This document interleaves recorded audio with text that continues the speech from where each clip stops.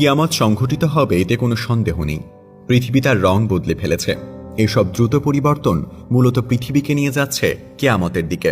যে কোনো দিন ঘটতে পারে ইমাম মাহাদির আগমন। এরপরই শুরু হয়ে যাবে কিয়ামতের আলামত। পৃথিবীর বয়সে যত বাড়ছে আমরা ততই কিয়ামতের নিকটবর্তী হচ্ছি। রাসূলুল্লাহ সাল্লাল্লাহু আলাইহি ওয়াসাল্লাম তার হাদিসের মাধ্যমে আমাদের কাছে কিয়ামতের অনেক নিদর্শনের বর্ণনা দিয়েছেন। তার মধ্যে বেশ কিছু নিদর্শন ইতোমধ্যে বাস্তবায়িত হয়ে গেছে বলে অনেক স্কলার বলেছেন। এর দ্বারা এটি প্রতীয়মান হচ্ছে যে কিয়ামত বেশ সন্নিকটে চলে এসেছে। দিন যত সামনের দিকে এগোচ্ছে বলে যাওয়া নিদর্শনগুলো ততই বাস্তবে রূপ নিচ্ছে। এখানে তার বলে যাওয়া এমন অনেকগুলো নিদর্শন তুলে ধরা হলো। দেখুন পুরো ভিডিওটি। আব্দুল্লাহ ইবনে আব্বাস রাদিয়াল্লাহু তাআলা আনহু থেকে বর্ণিত, রাসূলুল্লাহ সাল্লাল্লাহু আলাইহি ওয়াসাল্লাম বলেছেন, আমার পরে পৃথিবীতে সর্বপ্রথম ইরাকে ফিতনা সৃষ্টি হবে। নবীজির এই ভবিষ্যৎবাণী আজ সত্য পরিণত হয়েছে। নবীজি সাল্লাল্লাহু আলাইহি ওয়াসাল্লাম বলেন, তাবুকের যে স্থানটিতে কূপ রয়েছে সেটি কিয়ামতের আগে ফুলে ফলে ভরে উঠবে। আজ আমরা দেখতে পাচ্ছি তাবুকের ওই স্থানটি রীতিমতো বাগানে পরিণত হয়েছে।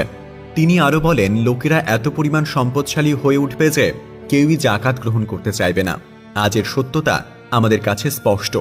অতিবৃষ্টি, অনাবৃষ্টি, তীব্র ঠান্ডা ও দাবদাহ সহ বিভিন্ন প্রাকৃতিক দুর্যোগ ব্যাপক হারে দেখা দিচ্ছে।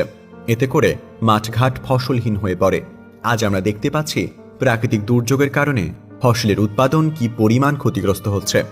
আবু হুরায়রা রাদিয়াল্লাহু তাআলা আনহু হতে বর্ণিত, রাসূলুল্লাহ সাল্লাল্লাহু আলাইহি ওয়াসাল্লাম বলেছেন, মানুষের মধ্য থেকে যখন আমানতদারিতা উঠে যাবে তখন তোমরা কিয়ামতের অপেক্ষায় থেকো। এর অর্থ হলো সময়ের সঙ্গে সঙ্গে পৃথিবী থেকে আমানতদারিতা দূর হয়ে যাবে। আর বর্তমানে ধোঁকাবাজি, প্রতারণা ও চুরিচামারি এত পরিমাণে বেড়ে গেছে, পৃথিবীতে আমানতদারিতা বলে কোনো শব্দই নেই বলা চলে। একটা সময় আসবে যখন পৃথিবীর সবচেয়ে ক্ষমতাধর রাষ্ট্রপ্রধানগণ বলতেই পারবে না যে ইরাক আসলে কোথায় আছে।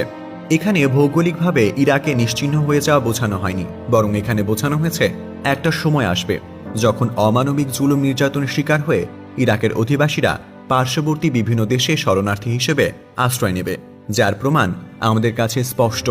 আমরা ইতোমধ্যে দেখেছি ইরাকের অধিবাসীরা বহু মানুষ ভূমধ্য সাগর পাড়ি দিয়ে অন্যান্য দেশের রিফিউজি হিসেবে বসবাস করছে। ফলে ইরাক কার্যত জনশূন্য হয়ে পড়বে। অথচ বিশ্বমোড়লরা ইরাকের ওপর করা এই আক্রমণ ও জুলুম নির্যাতনের ব্যাপারে একেবারে চুপ থাকবে, যেন তারা জানেই না বা বেমালুম ভুলে গেছে ইরাক নামে আদৌ কোনো ভূখণ্ড ছিল আরবে।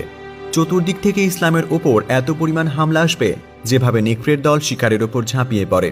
লোকেরা ব্যাপকভাবে ব্যভিচারে লিপ্ত হবে, তবে তারা স্বীকার করবে এটি একটি গর্হিত কাজ। লোকেরা কাজকর্মে হালাল হারামের তোয়াক্কা করবে না। সুদের চর্চা সমাজে অধিক পরিমাণে ব্যবহৃত হবে। লোকেরা ষাঁড়ের লেজের ন্যায় এক ধরনের চাবুক ব্যবহার করবে এবং তা দ্বারা একে অপরকে প্রহার করবে। যেহেতু কিয়ামত অত্যাসন্ন, তাই প্রত্যেকেরই উচিত সর্বদা সৎকর্ম সম্পাদন করার মাধ্যমে কিয়ামতের প্রস্তুতি গ্রহণ করা।